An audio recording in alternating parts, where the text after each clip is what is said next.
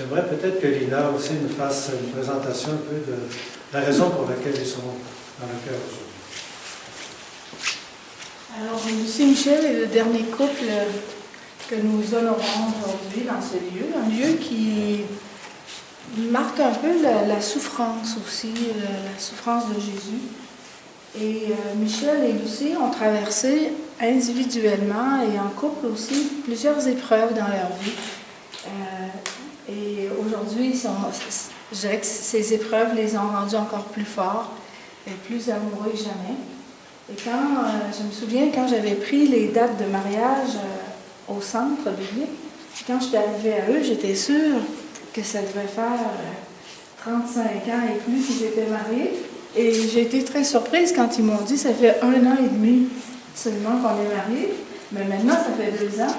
Mais c'est à la fois des vieux jeunes mariés d'une certaine manière. Alors, ils ont déjà été mariés antérieurement, ils ont vécu tout un cheminement qu'ils vont nous partager tout à l'heure. Alors, bienvenue à vous deux. Et on va vous remettre, comme on le fait à chaque couple aussi.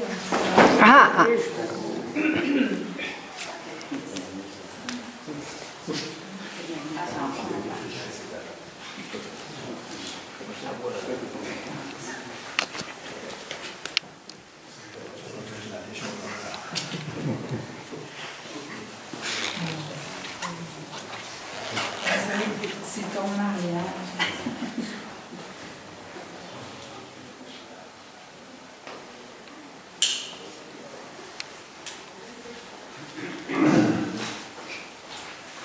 Et nous inaugurons aussi cette célébration avec le chant Joyeux de Robert Louvel.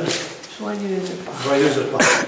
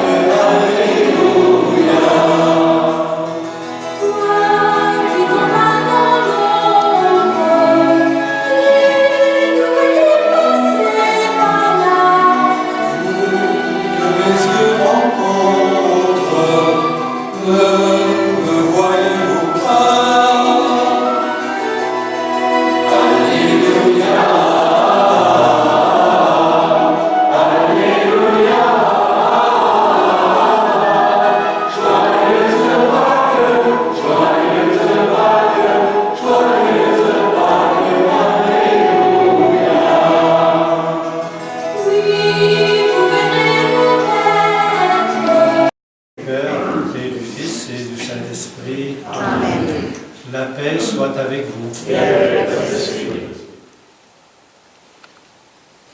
En ce début de célébration, ouvrons nos cœurs à la miséricorde de Dieu.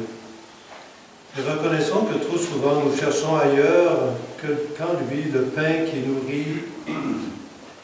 nourrit et le pain dont nous avons besoin.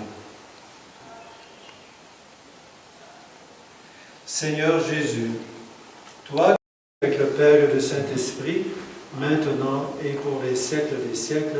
Amen. Amen.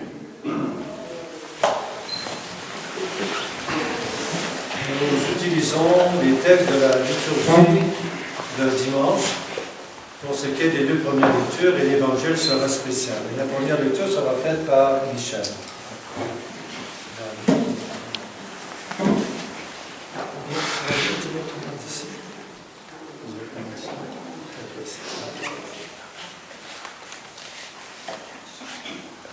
Lecture du livre de l'Exode.